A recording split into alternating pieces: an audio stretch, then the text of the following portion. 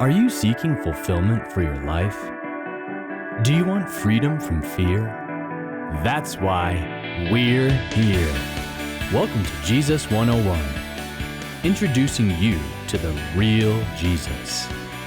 And now, here's your host, Elizabeth Talbot.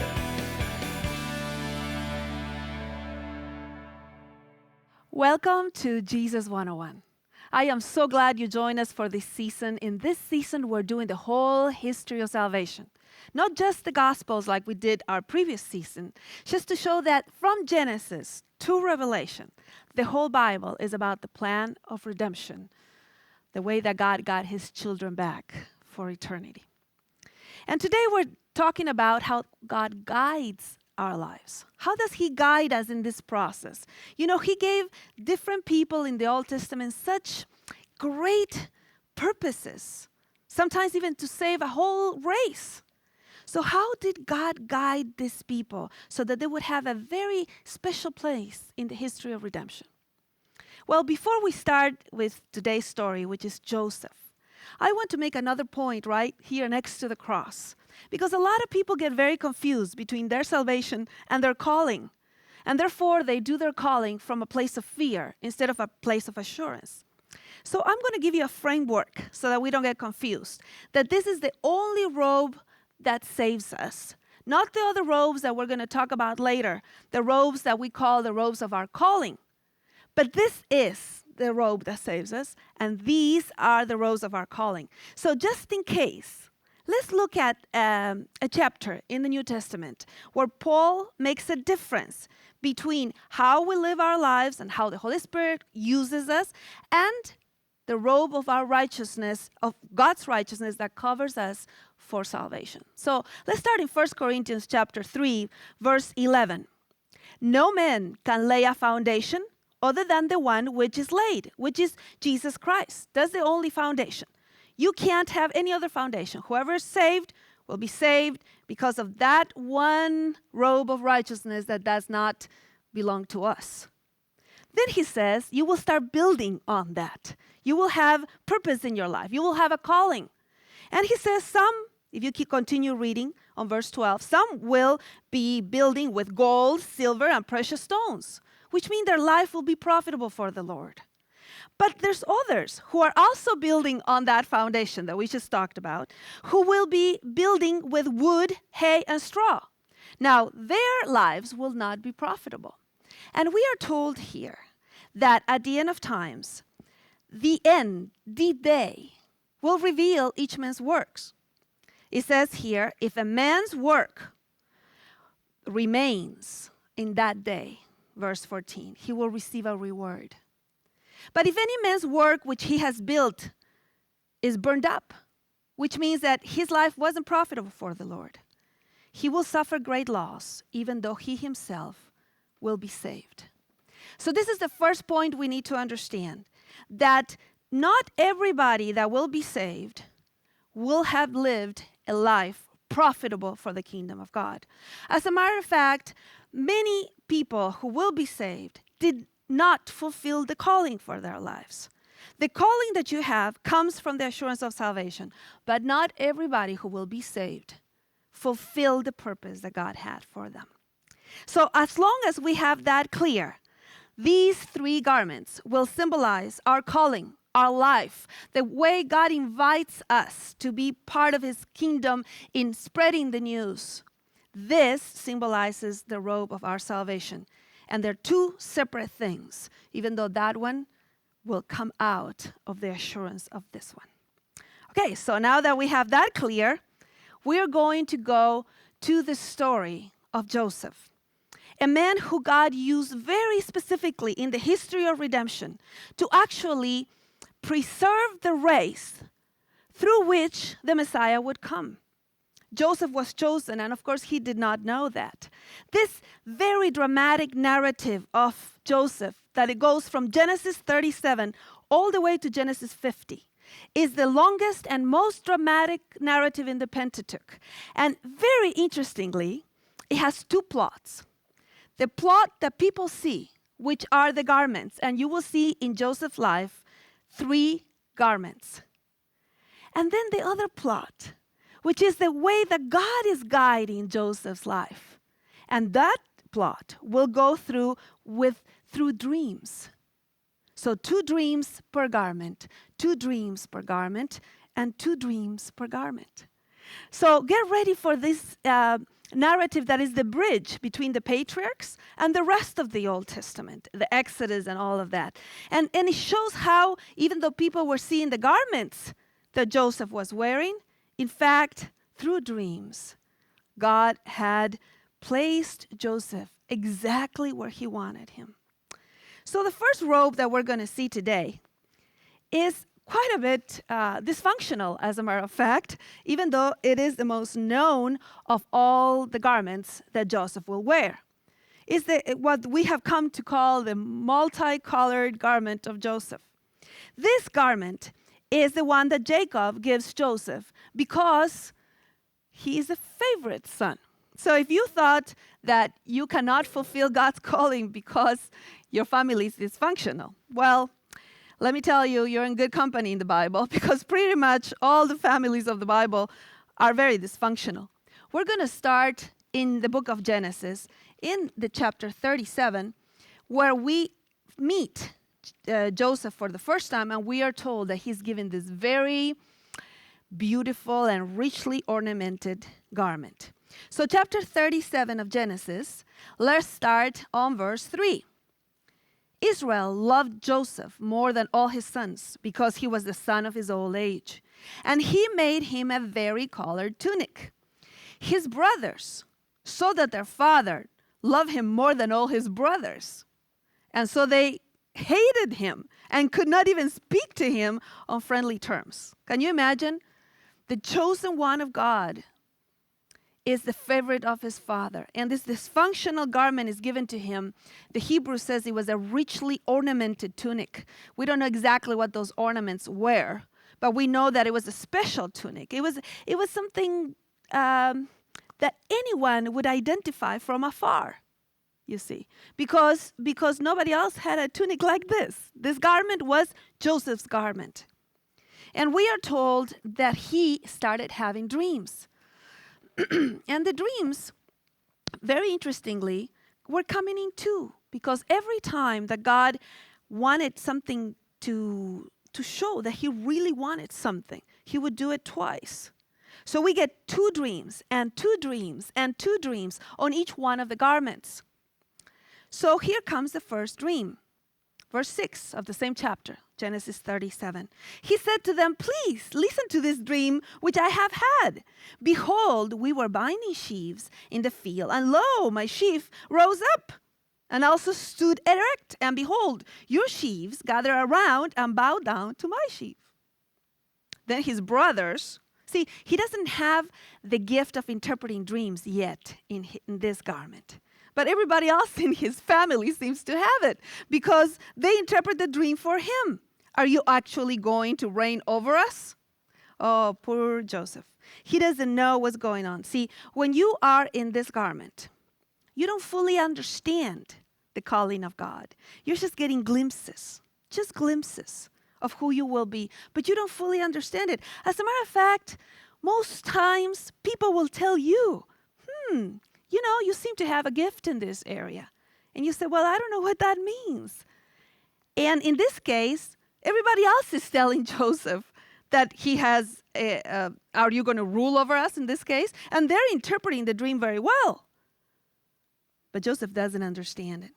Then there will be a second dream, because each garment in Joseph's life has 2 dreams attached to it, the season that God allows in his life so that he will get closer and closer to his calling.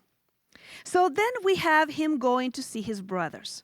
And what is very interesting is that his brothers were in this little town called Shechem. When he gets to Shechem, he realizes they have moved to Dothan. Now, I need to tell you this, and you can read it at home, verse 12.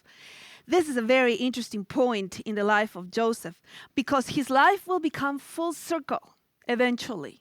Did you know that the very land where Joseph will be sold into slavery, here in Dothan, Shechem and Dothan, that are very much next to each other, will be the same place that Jacob gives Joseph as an inheritance at the end of Genesis.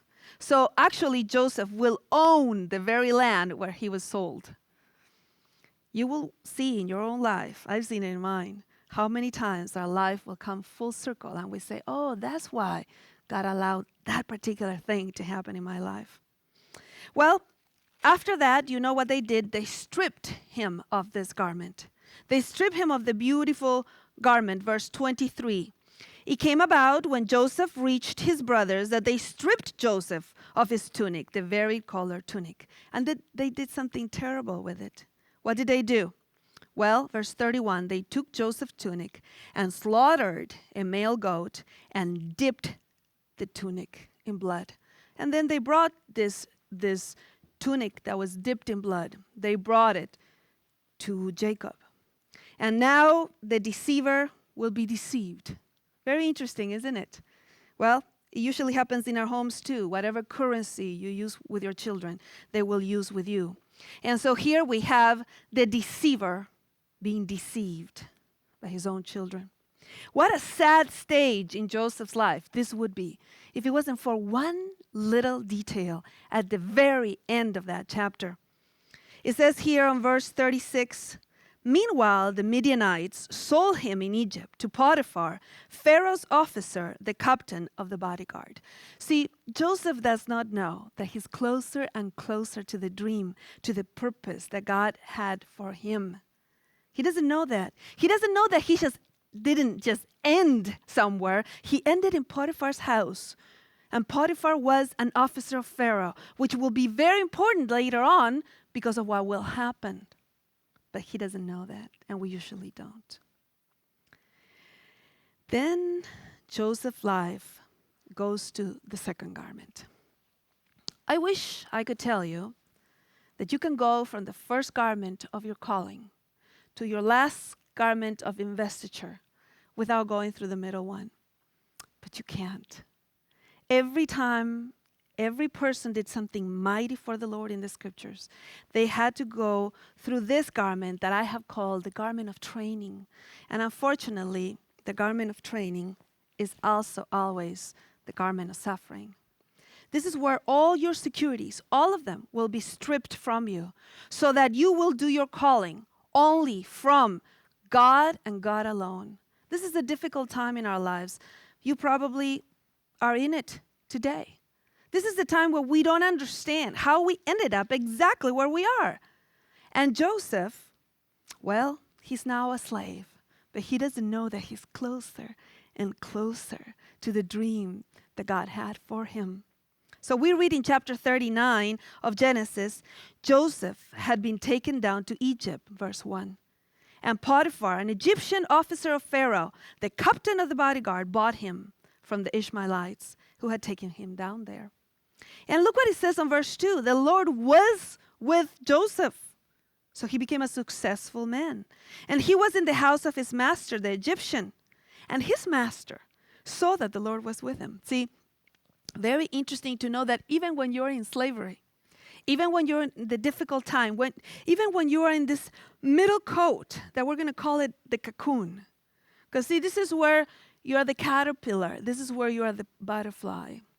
The cocoon is where you become who you will be. And usually through pain is how God allows us to understand that He is enough in our lives. But the cocoon is a difficult place because it's the tomb of the caterpillar and is the womb of the butterfly, the same place. And so here at this time, Joseph will learn the abilities that he needed to eventually be the officer and manager and overseer of Egypt. But of course, he doesn't know that yet. So his master puts him in charge of all his household. Everything in that house, Joseph is in charge of, except the wife. And of course, the wife says, no, please, I want to be included too. Could you please include me? She wants Joseph. But Joseph wants to act with integrity. And let me say this. In this stage in your life, your integrity will be tested to the very core. You know, one of the things I do, I work with ministers who are in trouble, who are facing this stage. Some with sexual addictions, some with alcohol addictions, some with rage or other compulsive behaviors. Everybody will get eventually the opportunity to face their darkness. All of us will have to face who we are before we can go to the next garment in our calling. And here Joseph has an invitation from Potiphar's wife to have sex with her. And he says, no, I couldn't do this to my God, and I couldn't do this to my boss. And I'm just not going to do it.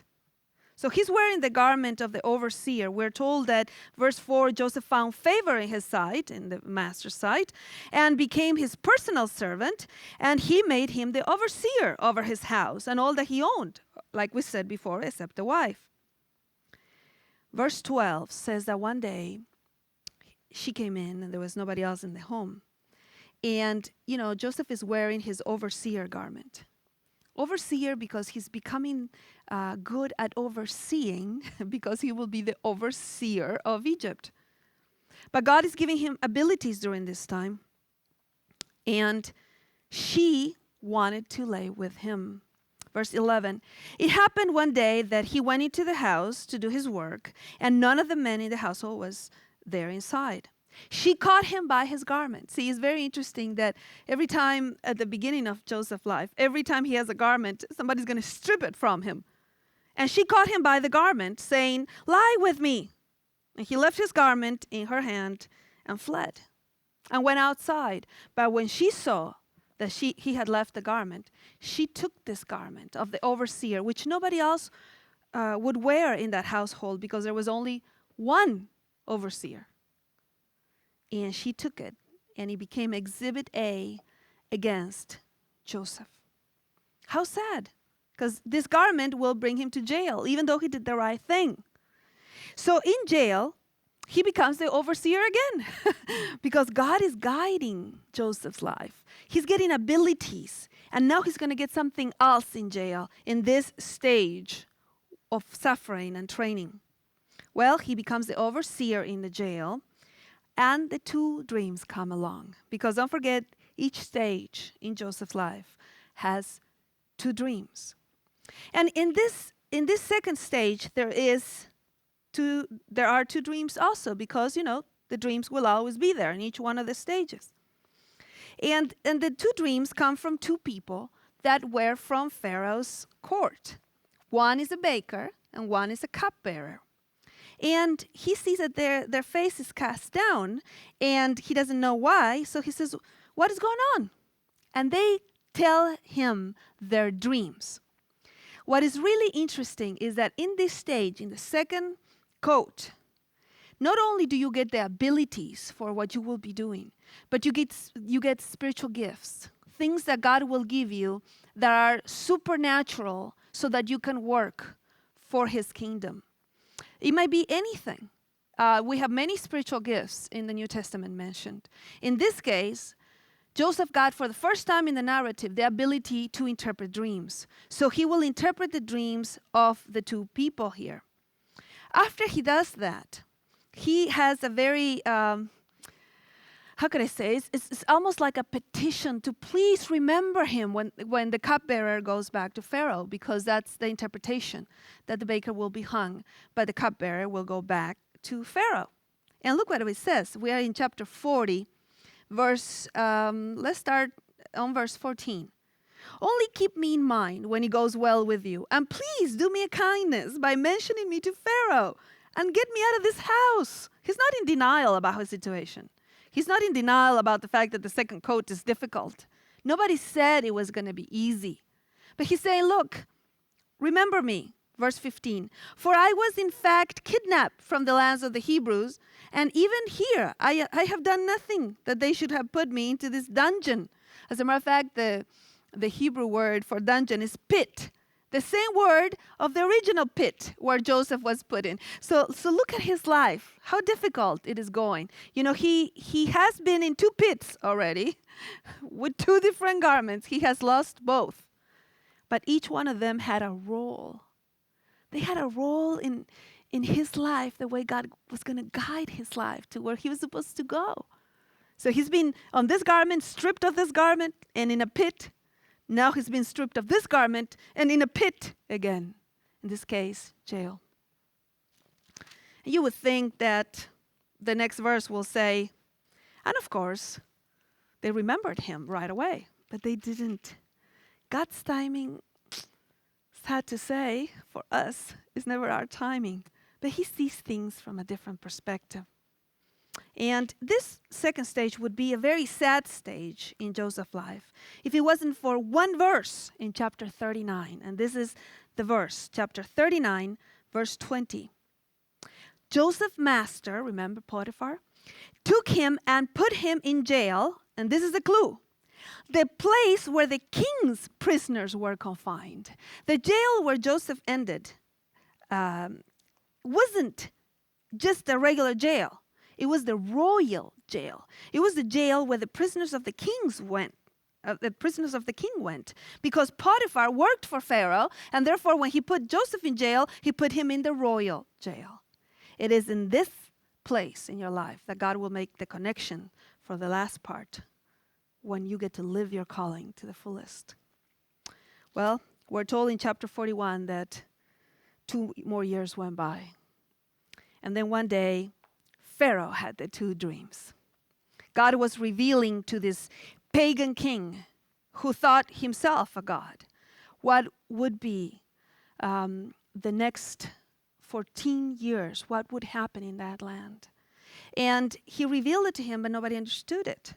And there the cupbearer, remember, and said, chapter 41, you can read on verse 12 and 13, there was a Hebrew youth in jail. And he had the ability to interpret dreams. So Pharaoh calls Joseph and gives him the 2 dreams.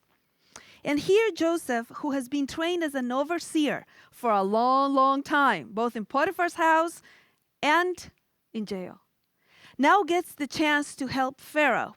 And so Joseph will do 3 things for Pharaoh. He will interpret the dream, give him a prophecy of the next 14 years, and then give him a little advice. Some time ago I came back from Egypt, and I was really amazed at the magnificence of Egypt at that time. And just to think that Joseph, put his little finger up and said, I have a little advice for you. I want to give you some counsel. This must have been from God, because anybody who wanted to advise Pharaoh got their head chopped off. And here Joseph says, now that you know, this is what you should do. Verse 34 of chapter 41. Let Pharaoh take action to appoint overseers in charge of the land. And he's talking in plural because he never thought that would be him. He says, you got to put overseers. As a matter of fact, they should exact 1/5 of the produce of the land of Egypt in the 7 years of abundance. And then he gives the whole plan. But there's one specific thing I need to tell you.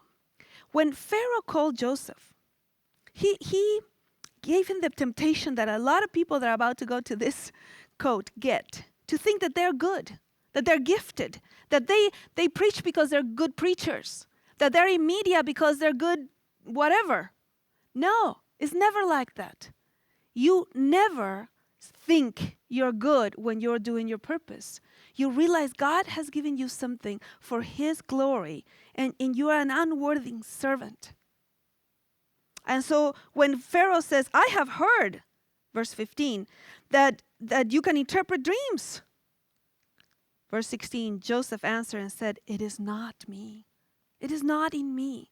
And everybody that God will choose to do a mighty work for Him will always answer the same way. It is not in me. This is not because I'm good. This is not because I can do this. It's because God has chosen me in spite of all my flaws to have a place in the history of redemption, to bring people to the knowledge of the Lord.